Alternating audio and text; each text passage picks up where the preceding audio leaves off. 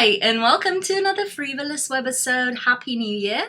I know we're halfway through January, but doesn't matter. And since this is the new year, might as well introduce myself, right? Hi, in case you don't know, my name is Solange. I'm a 44-year-old actress from Lisbon, Portugal. I have combination to oily skin. I have melasma. I've had acne for 30 years. Now it's good.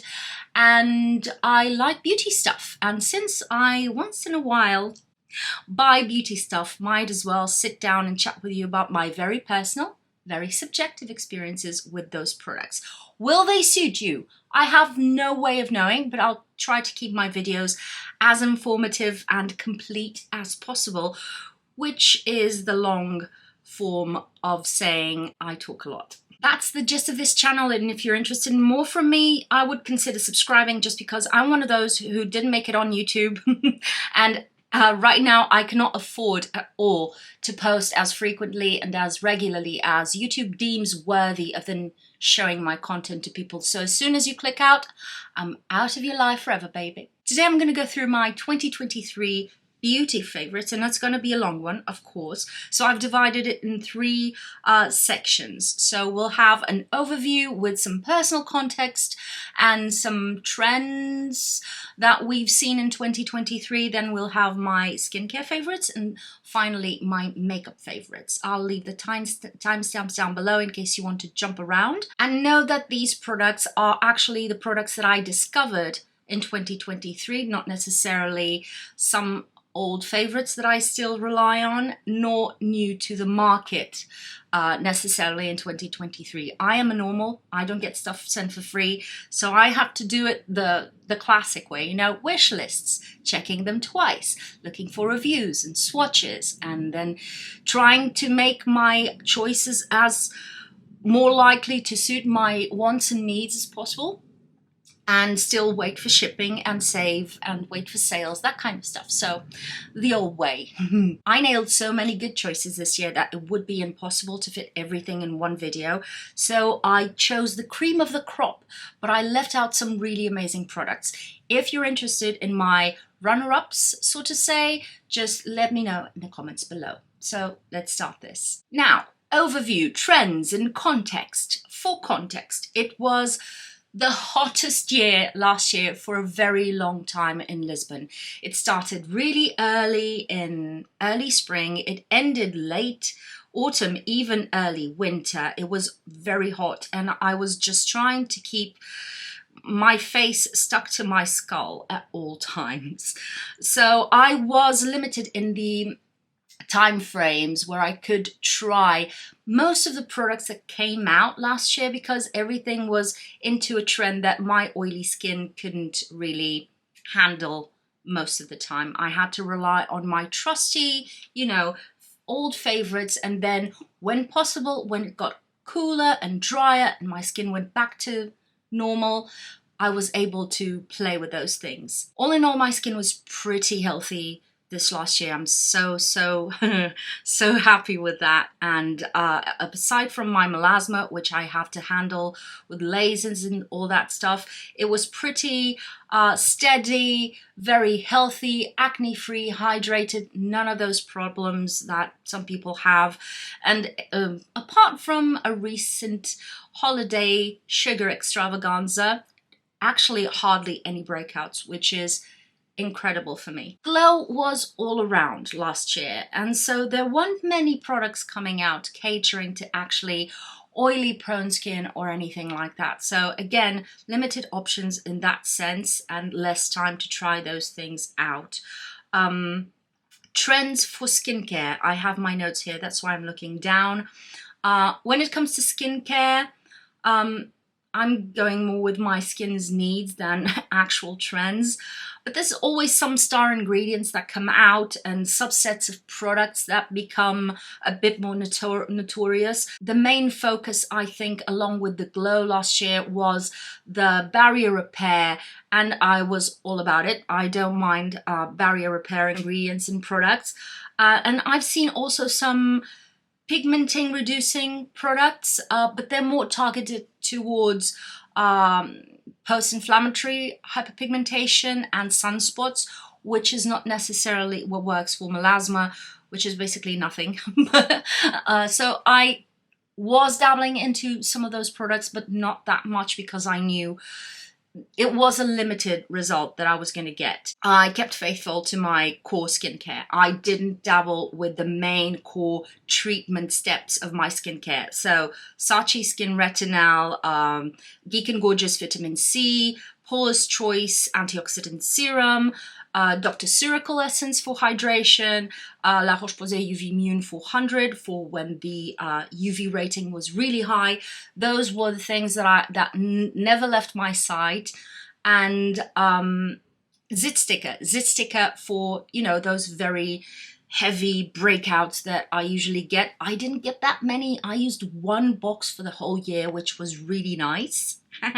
But I did dabble with the bookends of skincare mainly. So cleansers and then moisturizers, SPFs, and also, of course, one or two serums here and there. Now, trends for makeup in the complexion department. Luminous light coverage was all around.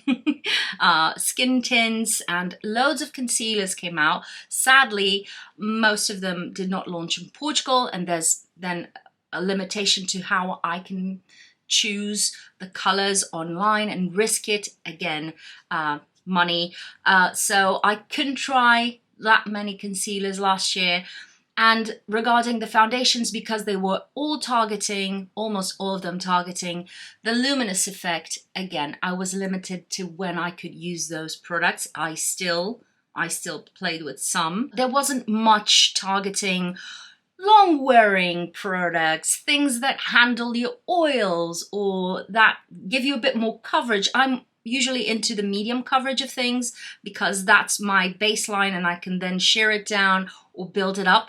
There wasn't much with actual medium coverage this year, nor, you know, long wearing oil fighting products, which was a bit annoying considering Lisbon in the heat.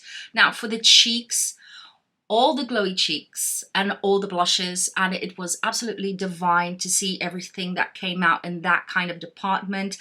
I love a luminous blush. I love a highlighting blush or a tinted highlighter, whatever you want to call it. I love that trend. And I don't mind creamy formulas. I have several cream blushes and highlighters, but this year I found some formulas that are actually oily skin friendly in the sense that they don't stay in any way tacky or heavy or greasy on the skin, which was super fun. And also Cool Tone Pink. Finally, if you do not know, you probably don't, my all-time favorite blusher was Throb from Benefit. Long discontinued, 7 years ago maybe, something like that. And I've been on the hunt for something like that. So a light pink lilac-y blush, and I couldn't find it anywhere because it wasn't on trend. Finally, it was trending this year, and I got my nails on a cool toned pinky lilac-y blush, and I'm super happy with that. When it comes to eyes, I don't know if it's because of the social media that I watch and the people that I watch on several platforms, but for me, it was the year for indie brands. I don't get what anybody is saying. They came out with a bang. Loads of brands coming out with amazing, powerful, fantastic formulas, from great opaque, easy to blend and to build mattes to all the shimmers and the twinkles and the toppers and the multi-chromes. It was a beautiful indie eyeshadow bonanza. On the downside, I feel it was too much. And if they keep on with this color popping thing of launching so many products, each brand, and there's so many of them, it started feeling overwhelming last year, let alone if this carries on. It's my opinion. I think they should dwindle down to 4 or 5 collections per year, and that's a lot. That's a lot. But it was beautiful to see that high quality type of product coming in and taking people by surprise and making so many people finally discover indie brands, which I also recently discovered couple of years ago maybe, and I can't get enough of them. can't get enough of them. Mainstream for me this year was very there. There was a definite trend for grungy looks, but again, at some point it became very repetitive.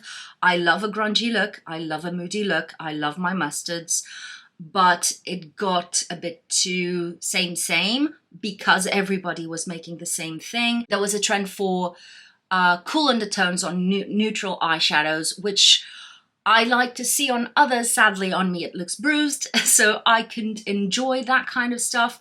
And there was a sprinkle of pastels, which always makes me so happy. I love pastel looks. Multi-chromes, high impact shimmers were all around, and the mainstream took a hold of it, but I still think indie wins. All in all, it was a very exciting year for eyeshadows, but just a caveat, again, bringing a bit of my personal context. I had a bad year, and it's not going to get better, but I had a bad year, and the heat making me get into kind of a makeup rut and a routine, and using always the same thing because you can't change what you're using because it wouldn't last on your face, mixed with I'm not in the mood to play. It's more creatively exhausting for my head to play with color than just swipe a neutral shimmery shade on my lid and go out the door.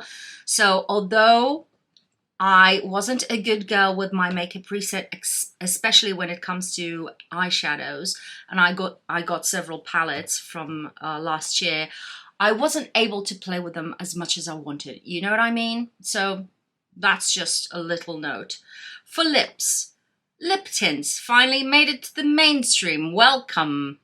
Reinventing the wheel, aren't we? But I'm happy to see that. I still prefer the Korean and Japanese formulas. It's a personal preference. And then we had all the sheerness and all the shine, and I was here for it. I have usually dry and, aligned lips in a way. So I like some glossiness, I like some sheerness, a hint of tint. So I had so much fun watching everything come out this year. Sad thing regarding that though is that most brands, they all got into the clicky gloss sticks trend. Okay, fine. But then all of them put menthol or some kind of burning thing on their glossy sticks and lip oils. What's up with that? I mean, fine if you like it. For me, it's a bit borderline unbearable. So I had to work around all the offerings to find some products that didn't have that minty feeling. There is one product that I allowed to have a minty feeling just because it's not unbearable, A, and B, because it actually heals my lips. It's the Too Faced Pillow Balm. It heals my lips, so I'm fine with that. But I couldn't bear walking around, especially in the wintertime, with a glossy lip feeling minty and feeling like my lips would fall off. I don't understand that. So I can't get with that trend. I hope next year or this year, brands will come out with non-minty stingy options. Please.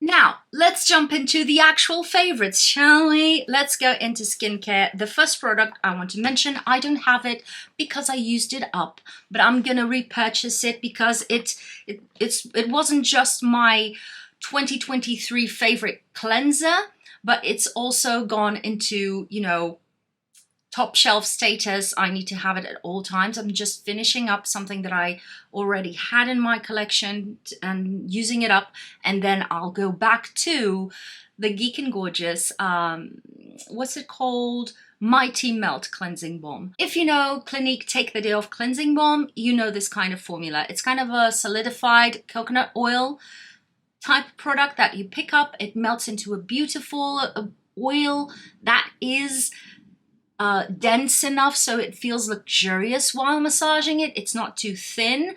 It melts everything effortlessly. You don't need to rub your face for 10 minutes, but you have a very good massage. And then it rinses clean. If you don't want to use a flannel, you don't have to. It doesn't leave a film, so if you don't feel the need to do a second cleanse, I like doing them, not everybody does, you are sure to have your face fully clean after just washing or cleansing your face with that and rinsing off. It doesn't leave your skin stripped either, not tight, nothing like that. It's absolutely amazing in terms of formula. It's bang on the head and it's very affordable. Geek and Gorgeous, probably one of my favorite, all-time favorite brands for several years now. And then we have, and I have it here, Last Drops, Skin 1004 Centella Ampoule. This is a serum for barrier repair, basically. It has the Centella little formulation, which is very good with helping your skin become stronger and endure and persevere through, you know, the hardships of life. And this was suggested to me by a subscriber. She struggles with acne, which I can relate very much. And she says this helped her a lot. And because this is so good in the barrier repairing function, it can help preventing all that inflammation and irritation that your skin can have when you have acne. So I can totally see how that worked for her.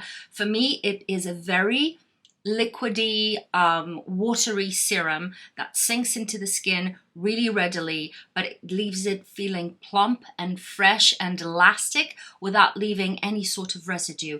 I've seen a couple of videos from TikToks and stuff of people using this to do the glass skin thing. This doesn't linger on top of the skin in order to give you that very glossy effect. I don't know what's up with that, but this is not the product. This is not it. And I have oily skin, so yeah, and it works really well, even on my oilier times.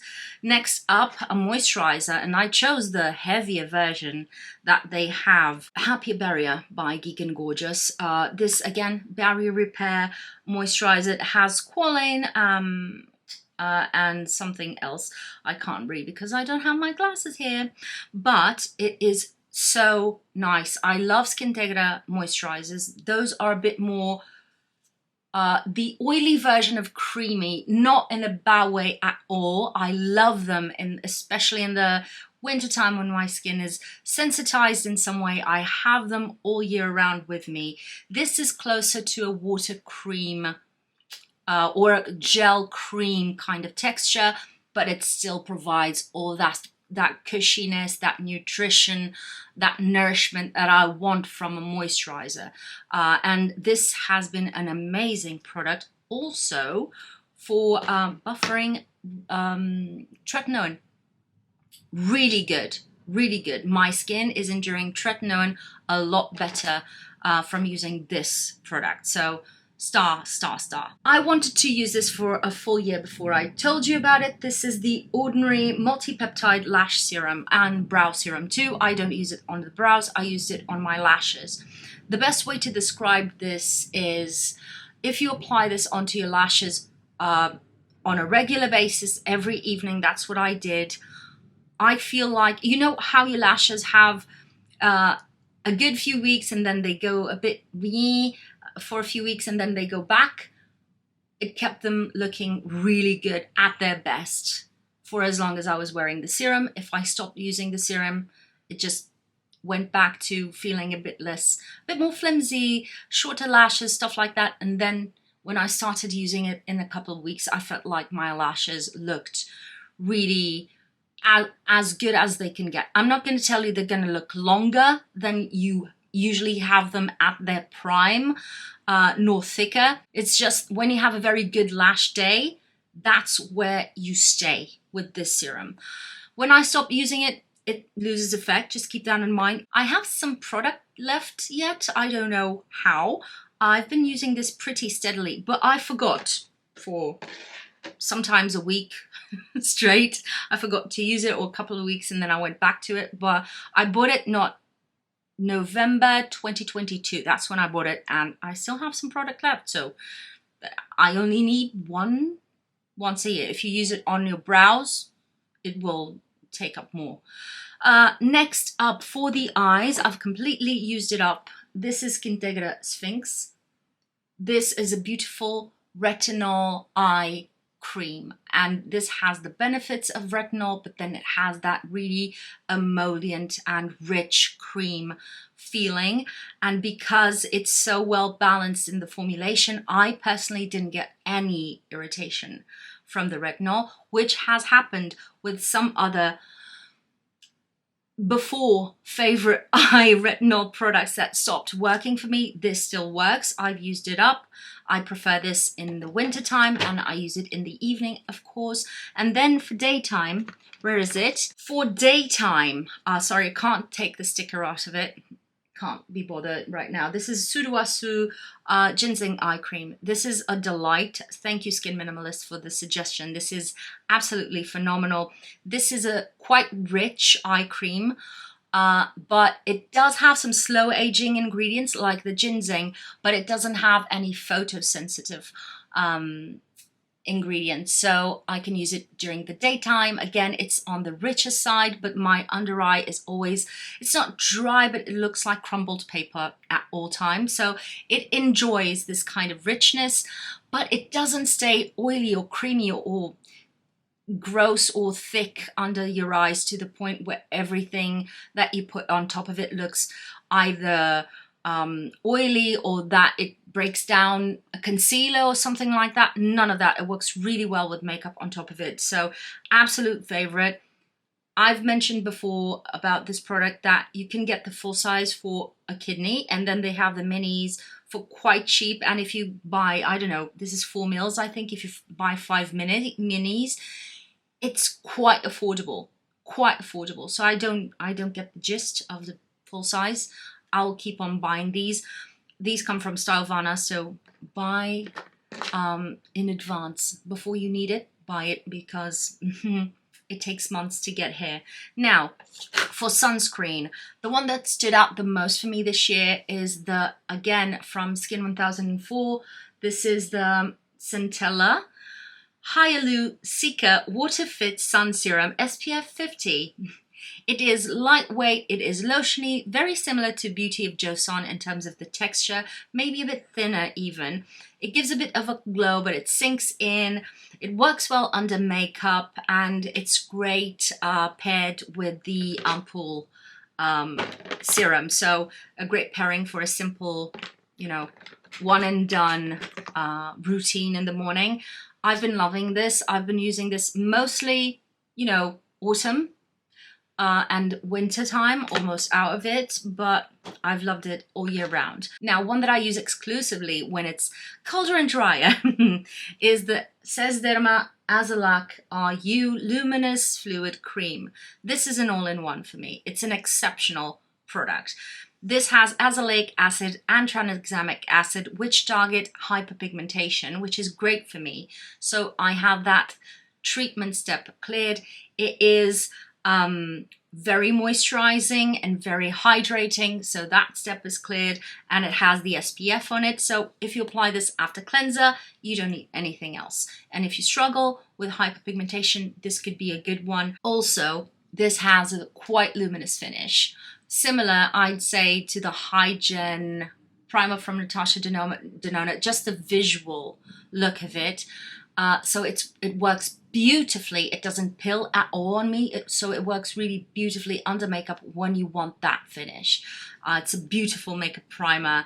It's not pearlized though. Don't get the wrong idea. It's not a pearlized effect, but it looks quite luminous. You can powder it down regardless. It's okay, but it feels a bit more heavy than this one, for instance. So that's why I use it mostly when it's colder and drier.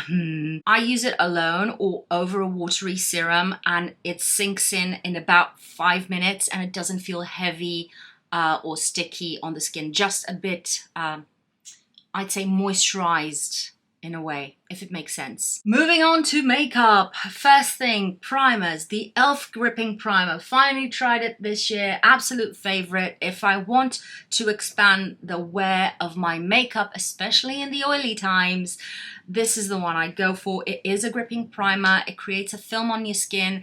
It's not too heavy or greasy. because it is a thick gel. You may think that, but it's not drying in any way either. And it just creates the perfect base for things to stick to, but looking very even. It's beautiful.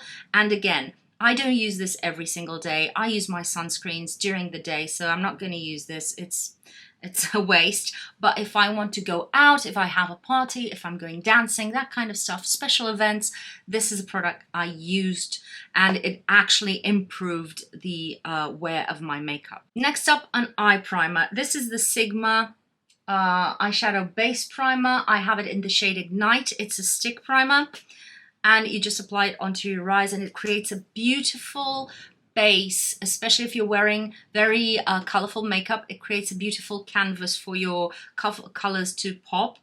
And it has a bit of tackiness, but it doesn't make your eyeshadows difficult to blend. It's a beautiful balance, and it does expand the wear of my eyeshadows. So amazing investment that I did this year. If I want to do, again, a more special thing with a bit more colors, I usually go for this one. Now for foundations. Fenty Stick Ease Drop Stick Foundation. Long name, I can't remember it. It's very practical. It glides beautifully on the skin, almost scarily, similar to a very silicone product. If you like me, silicone things, you touch them and they just lift right off. So I don't like that. But this one just glides like that kind of silicone thing. Then it blends like a cream foundation. It blurs my skin. It makes the skin look really creamy, has a sort of satin matte finish, I'd say. I really adore this product. Couldn't be more practical. Downside is the shade range. I'm gonna say it, Fenty, you need to improve the shade range because olives are never considered. The next one is the Danessa Myricks Yummy Skin Tint. It has a longer name. Again, I'm going to ignore it. I'm sorry. This has light, almost medium coverage, both of these. Light, almost medium, bordering on medium coverage. They're not that buildable, neither of them. But this is a serum gel texture, I'd say. It leaves a moisturized skin sort of finish, so a bit more luminous, but it is still quite long wearing for a skin tint, which is amazing. And I have an amazing shade match in number 5, in case you're wondering. Both of these need concealer, and the concealer that I have to mention today is the Faux Filter Concealer by Huda Beauty. I wasn't planning on trying this concealer, but then I got carried away, and here we are. It's the favorite of the year. This is very lightweight. It's a thin formula, but it has good pigmentation, good payoff. It is almost self-setting to a point, so I don't feel the need to powder underneath my eyes, which is nice because I don't like to emphasize my under eye creases. It works well all over the face. If she pumped this into a 30 ml bottle and charged you for a foundation, you wouldn't notice. You wouldn't notice. It would be amazing. Downside is the shade range. Again, between this shade and the one lighter above it within the same undertone, there is a huge gap, and I'm right in between, and I'm not going to buy 2 concealers. So I'm making this work. There you go. Powders. I'm going to just talk about the 2 workhorses for this long hot season, which were Huda Beauty Easy Bake Powder, the loose one. I have the mini, still have loads in there, and I've used this a lot ever since I picked it out. It's a very nice setting powder. It does set everything really well. It blurs your skin really well, but it takes a lot to look heavy on the skin or to look caked or powdery on the skin. So it's a really interesting formula. My oils end up breaking through everything. That's why I'm considered an oily skinned person. But this is one of those that kept everything as controlled as possible. The same thing for Danessa Myricks Evolution Powder, which I decided to buy my shade of in a sale, and I was super impressed. Again, same kind of effect as the Huda Beauty. It's not that different, but this one is more finely milled. And also this one has a bit more pigment to it, so make sure you have a good shade match, or else it will be visible on your skin. But I have no complaints. This is shade number 2, and I absolutely adore these two, and these really work really well to extend the wear of the makeup. And of course, Danessa Myricks powders with Danessa Myricks foundations, absolutely lovely. Cheeks. It was a cheek bonanza this year. If I had to choose one product to be the product of the year, it would be this one. The Can Make Cream Cheeks Pearl Type, if you let me open it, in apricot shell. This is a putty formula. It brings you that kind of luminous cheek that doesn't look metallic. It has a pearlized kind of finish, but it's not sticky because it's a putty formula, so it's kind of a creamed powder, let's say. It's delightful, it blends well, it comes in several shades, it's almost always sold out, and I don't know if they're not going to discontinue this shade, because when I tried to buy another one, because I've hit pan and I've had it only for less than a year, when I tried to buy a second one, they sent me an email saying, here's your money back because we don't know when we're going to have it back. And I was kind of like, don't do that to me. Apricot shell is actually, I have another color from the Pearl Type cream cheeks, and I think I prefer apricot shell because the pearl in it is more noticeable and it's more gleamy, let's say. But that's it. The other one, not new, again, Westmont Atelier tinted highlighter. That's, I think, how it's called, in Pour de Pêche. This is my favorite nude kind of hybrid between a highlighter and a blusher when I don't want to wear anything on my cheeks, but I still want them to look defined and have that bit of dewiness on the cheek, and you know, the beigey, enhance a bit the beige on my cheek. This is the one I go for. It's absolutely stunning. This was sent to me by a subscriber. I have no words to thank you for this and everything you sent me, but this, when I went to check on the price, I was kind of like, what am I going to do when this one runs out? It's going to be an investment, but I will probably repurchase. We'll see if we find something more affordable with the same color. The thing is the color. That color is very special. Pour de Pêche. Last but not least, I have my lilac-y pink blusher. Yeah, finally. This is MAC Glow Play blusher in Totally Synced. I could have bought the Dior one, but the reviews were mixed and it was very expensive. I know this formula. I actually like this formula. It's not the most long-wearing. A powder would be more long-wearing, but because this is, again, a putty formula, I can mix it with other blushes to brighten them up, like I did today with the Can Make one. I mixed these two. I can mix it with highlighters. I can apply it on top of powders because it's still a putty cream to powder thingy, but it's luminous. This had more pros for me. So if you have a Dior #1 blush that you don't like, send it to me. I'm going to use it up. Finally, a product I wasn't expecting, A, to buy, B, to love this much. The Dior Highlighting Quad. I was super late to the party. I know, again, not everything has been launched this year, but I've been using the heck out of this highlighter quad. I can mix the shades and it imparts that beautiful, almost glazed look. It's not metallic on the cheeks. It looks really, it's not glittery either. It looks just very luminous, but it can pack a punch if you build it up. And it's super versatile because you can mix the shadows, you can use the shades, and you can use a specific shade for a cooler blusher, for a warmer blusher, darker, lighter. I love this. This is super versatile. I could declutter all of my powder highlighters and stay with this one. Can you hear me? Yes, that's what I said.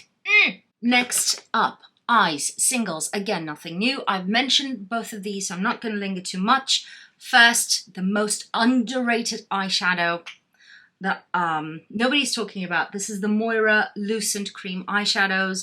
These are amazing. They come in a huge array of colors. Let me show you. You also have the fun colors. It's not just these, and it's a swipe.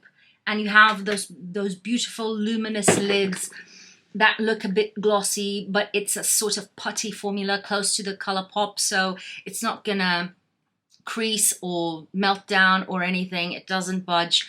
I love these. These are quite affordable. I don't know why everybody isn't shouting from the rooftops. Maybe I'm the only one who likes them. Who knows? The other one added to my collection this year, Moondust eyeshadow in Lithium by Urban Decay. I hope they don't go bankrupt because I love these eyeshadows, but these last so long. These are so difficult to pan that I think I will only need to rebuy one in several years. And I'm afraid Urban Decay is not going to last that long. Just me? Maybe not me.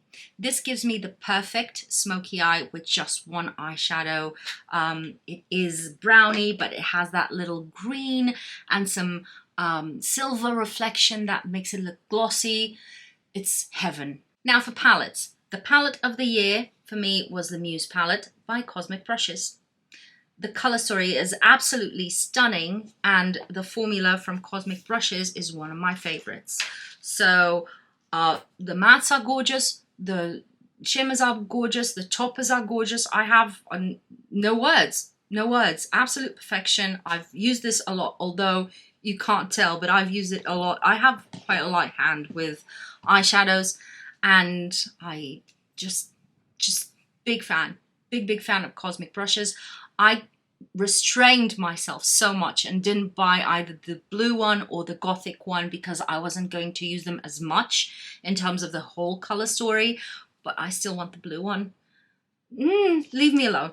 Next up, grunge palette of the year for me with the murky colors is Sorcerer's Smoke by Unearthly Cosmetics. This is more expensive than Cosmic Brushes. Cosmic Brushes has an absolutely outstanding price point, but these are very, very high quality. The shimmers are absolutely stunning.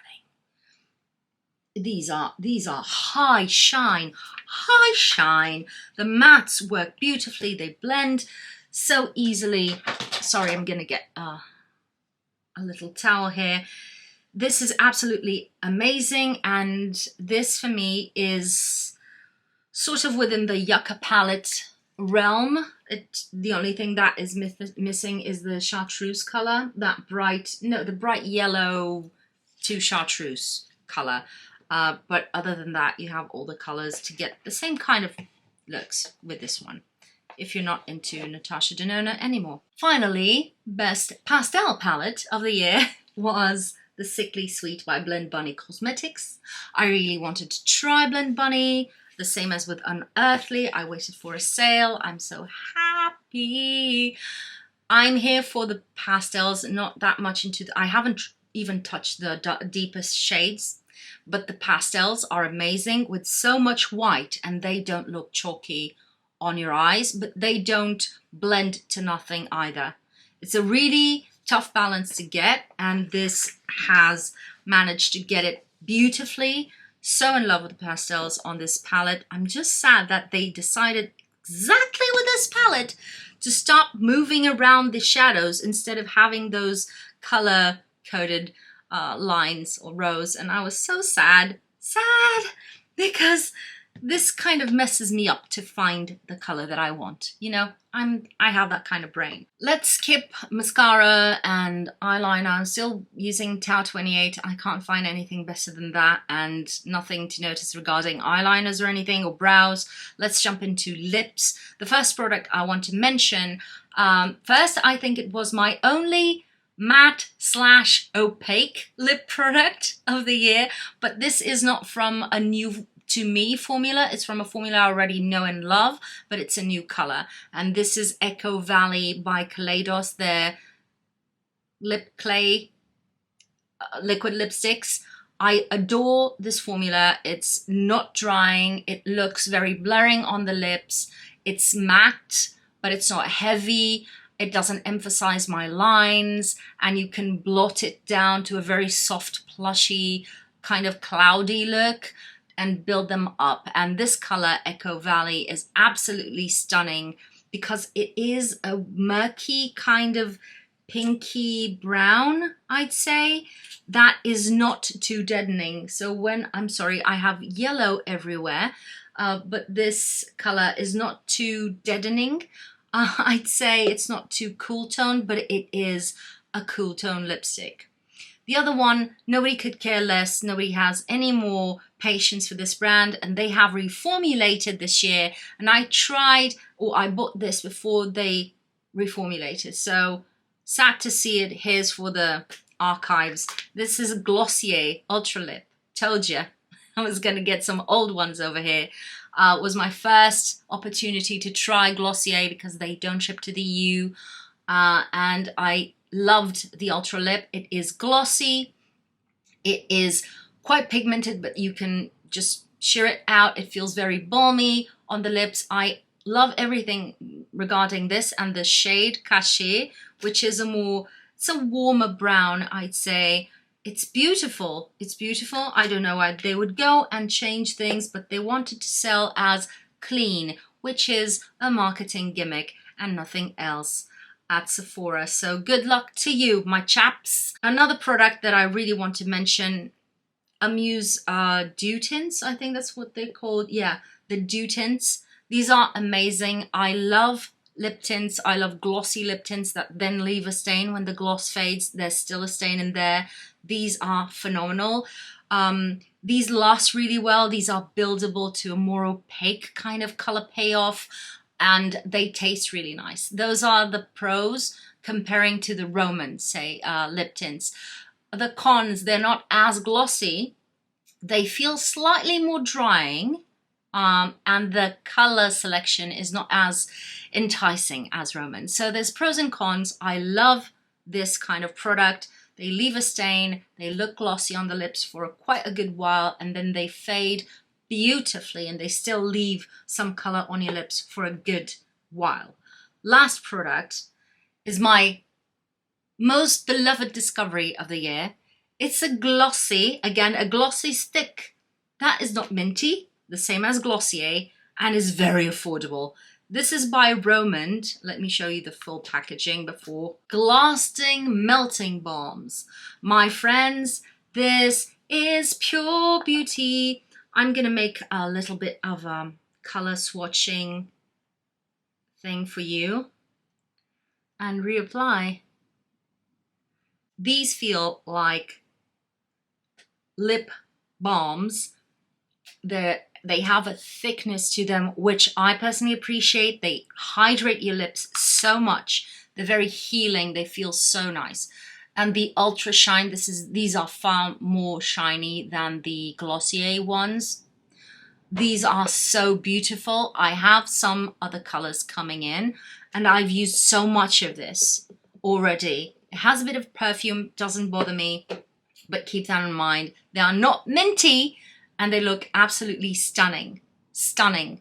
Stunning, if I do say so myself. Let me show you my 2023 color story for lips. So let's start with this. This is the lip clay, so the matte color. This is the Ultra Lip from Glossier. This is the Amuse lip stain, which is going to stay here forever now when I clean it up.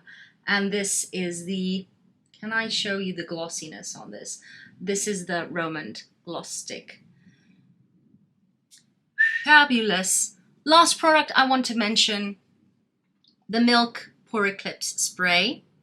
This is fantastic. Again, to extend the wear of your makeup on a daily basis. This does not change the texture or the finish of the makeup you have already on, at least not on my combination to oily skin. It doesn't feel drying at all. I still use it in the winter, still feels the same, not drying at all, but it just helps to keep the makeup on. It is very expensive, but it is a few notches better at setting and extending the length or the longevity of my makeup than my older favorite, which is the Makeup Forever Mist and Fix, and the previous favorite before that one, which was the Urban Decay. Both of those are good. This is better. It's more expensive also, and the nozzle is not the most reliable. For now, no issues, but I'm still skeptical. I'm still waiting for disaster. That's it. These were my favourites from 2023. Let me know in the comments below. Have you watched this till the end? Have you? Have you fallen asleep? Let me know. I wouldn't mind. It's fine. As long as you give me the views.